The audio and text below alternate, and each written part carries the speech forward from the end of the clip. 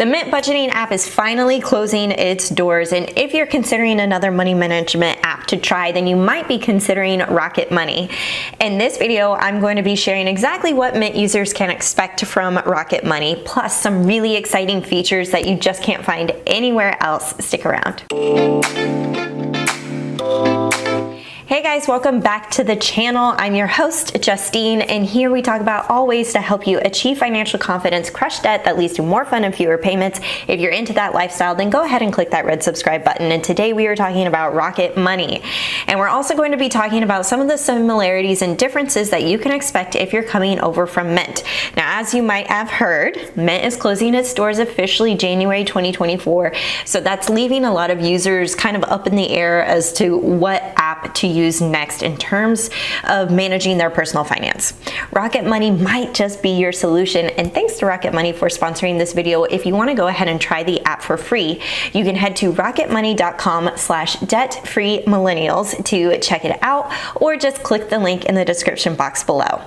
First, let's go ahead and cover the similarities between Mint and Rocket Money. The first similarity that I saw between the two apps as I was doing my own research was you can track your investments inside of both apps. So actually, Rocket Money, if you head over to the net worth tab, it's going to give you a summary of what your net worth is, and you can go ahead and input any assets and debt and see how that bumps up against what your cash flow is and what type of investments that you may have. The next thing that you can expect that is also similar is that you can obviously track bills with both apps, but the really cool thing about tracking bills with Rocket Money is if you go onto their desktop view, like where I'm at now, you can actually see a handful of your subscriptions, your bills, and your utilities. But what I like best is it gives you a calendar view of how these bills are hitting throughout the month. So you can quickly get a glance, a monthly glance view of what's going on inside of your monthly budget and see what dates these are actually pulling out. Oftentimes when we're dealing with and managing a ton of bills, it can be a little chaotic keeping everything in your head. When you have it in a calendar view that's already mapped out, because Rocket Money actually sees all of those recurring subscriptions and recurring bills when it's synced up to your bank account or your credit card statement, you can actually see it in a month viewing, which I really like. This is really smart. So already I can see that like a T-Mobile bill of $135 per month was posted on the 13th. I can see another bill happening for my gas company that's pulling out on the 24th. And then I can see some consistent paychecks coming throughout the month. I think this is so great. You don't get this inside of Mint. They don't have this visual, and I think Rocket Money does a really good job of highlighting this. And finally, the last similarity that I really saw is you were able to track your credit score using Mint and Rocket Money. Mint actually uses TransUnion, but Rocket Money uses EXPERIAN. I find that EXPERIAN, and I may be biased, but I find that EXPERIAN just does a better job of reporting on your credit score. So if you were to go into the More tab on the app and then click on credit score, then you can actually see what that credit score is in real time with no impact and hard inquiries on your credit score. So I really liked seeing this. I could get a quick credit report card to see exactly what was impacting my credit score. One noticeable difference that I saw between Rocket Money and Mint was the ability to split transactions. Even though you can split transactions in both apps, what I found to be even more useful was the way that Rocket Money gave you control over how you wanted to split those transactions. If you're anything like me, then you're probably splitting meals with a friend, or you're dividing up and maybe purchasing a gift on the behalf of your sisters for your mom's birthday. That may have been my situation. And you want to be able to actually split off those transactions and only report your contribution. I was able to split the transactions by either equal amounts, specific amounts, or by percentages, which I really like the flexibility, and Rocket Money really giving me the control to figure out how I want to treat this transaction inside of my budget. So I was able to split the transaction 3 different ways, and I was able to actually ignore my sister's portion of the gift and their share of the gift from my budget and save. When I was going into Mint, I found the exact same transaction. I was able to split the transaction, but when I went to go add in the other split, it didn't actually give me the ability to split this into equal parts, equal amounts, or equal percentages, which is lacking and where Rocket Money really thrives. Another big difference that I saw between the two is that Rocket Money is really geared towards your spending. They really create more awareness around your spending because it gives you the data to help you make more informed financial decisions. While Mint did have some of those features, it wasn't as robust and visually appealing as Rocket Money has done. So here you can actually see a spending breakdown of everything that happened within the month, but what I liked even better is the percentage of spend per category. So you could quickly see exactly where your money was going for the majority of your different expenses.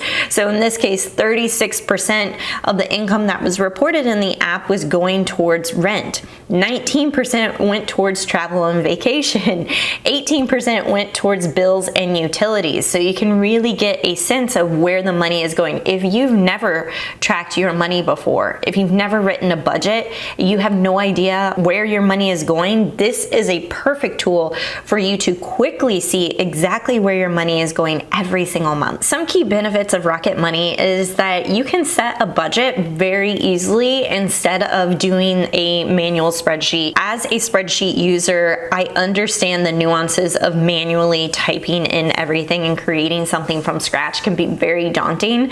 When you're using a budgeting app or a money management app, then all of your personal finance information is inside of the app, and then there is a manual process to this, so don't think it's a completely passive hands-off approach. We definitely want you actively engaged with your spending, so you can make a budget, analyze your spending habits, and see exactly when you've gone over a certain category and see what upcoming charges are going to happen before they happen. Another benefit, and I think this is huge, this is what really sets Rocket Money apart in my mind, is that it saves you time and the headache and frustration of negotiating and lowering your existing bills. I think this is such a handy feature. So they can negotiate your bill on your behalf, and if they're successful with that negotiation, then they get a percentage of whatever that difference is for you for your bills. I think it's a triple win because you're able to get your bill lowered, you still get to keep it, Rocket Money helps you out, it's all there for you, and I just feel that that saves you so much time and headache out of your already busy schedule. When you're inside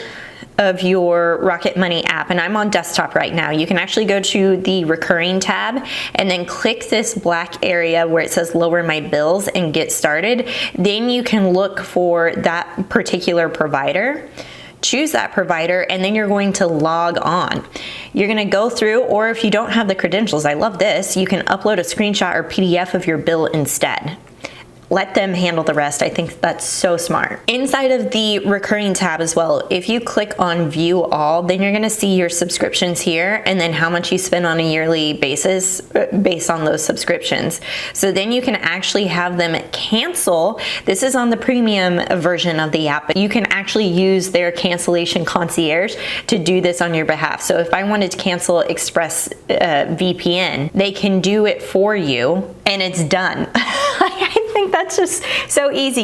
You don't have to log into another place. You don't have to call customer support. You don't have to do any of that. They can help you cancel your existing subscriptions, especially ones that are unused, which I really like. Once your credit card or your bank account, wherever you are currently paying for your subscriptions, is linked up to Rocket Money, then it's going to pull in those transactions. Because if you're anything like me, sometimes subscriptions, they just kind of occur out of the blue and you kind of forget about them, especially the annual or the semi-annual subscriptions that you might have that you kind of forget about halfway through the year, and you're like, oh yeah, after it was renewed and charged again, even though you don't use the subscription anymore. That's where I think this is a big differentiator for Rocket Money, and one that I think a lot of people could use. Keep in mind, on the free version, you won't get access to the concierge, but you do have the awareness and the eyes on those subscriptions, so then you can go ahead and just cancel it yourself. And coming soon for Rocket Money, you will have the ability to import data from another budgeting app into their system so that everything is accounted for.